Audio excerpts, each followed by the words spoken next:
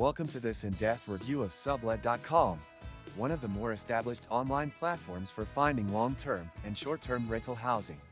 Whether you're a student looking for temporary accommodation, a digital nomad, or just someone in between leases, Sublet.com offers a wide variety of options. But is it really worth your time? When you first arrive on Sublet.com, you're greeted with a straightforward but noticeably outdated interface. The website definitely isn't winning any design awards. It feels more early 2000s than modern 2020s. Still, it's functional.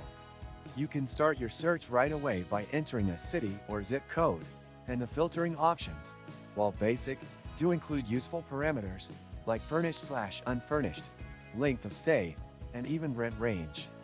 One of the more unique features of Sublet.com is its focus on both tenants and landlords. If you're looking to rent out your property, you can post a listing quite easily. But here's where the cracks start to show. The listing fee is not cheap compared to other rental platforms, and the lack of a free tier might be off-putting for casual users or those with just one unit to rent. From a renter's perspective, the biggest advantage is access to listings that you might not find on traditional platforms like Zillow or Craigslist. These often include month-to-month leases and furnished rooms that are ideal for temporary stays. However, the quality of listings varies significantly. Some come with detailed photos and full descriptions, while others barely provide the essentials. You really have to dig to find the gems.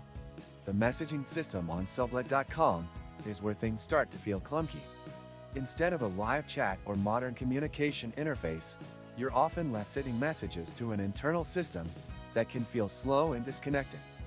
Plus, some listings require you to pay for contact information, which feels a bit outdated and frustrating considering modern expectations. There was a time I got stuck between layovers with no hotel and no internet. That's when I first tried Trip.com, and now I carry it with me like a first aid kit. This and many other useful links you can find in the description. Another downside is the verification process, or rather, the lack of one. Unlike platforms like Airbnb, Sublet.com doesn't do much to verify the legitimacy of listings or users. This means you need to do your own due diligence, and scams are not entirely out of the question.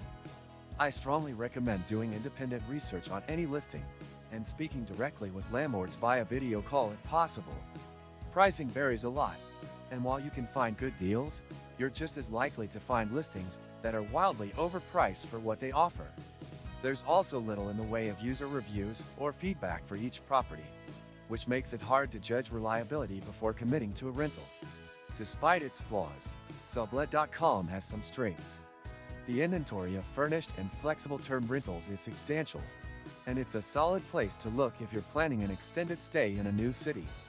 That said, it's definitely not plug and play. You'll have to be proactive, cautious, and patient. In conclusion, Sublet.com works best for people who are comfortable doing a bit of legwork and want access to flexible housing options that might not appear elsewhere. It's not the slickest platform, and it has its fair share of issues, but it can still get the job done if you approach it carefully. If you found this review helpful, don't forget to hit the like button, subscribe for more honest breakdowns of online platforms, and turn on the notification bell so you never miss a future upload.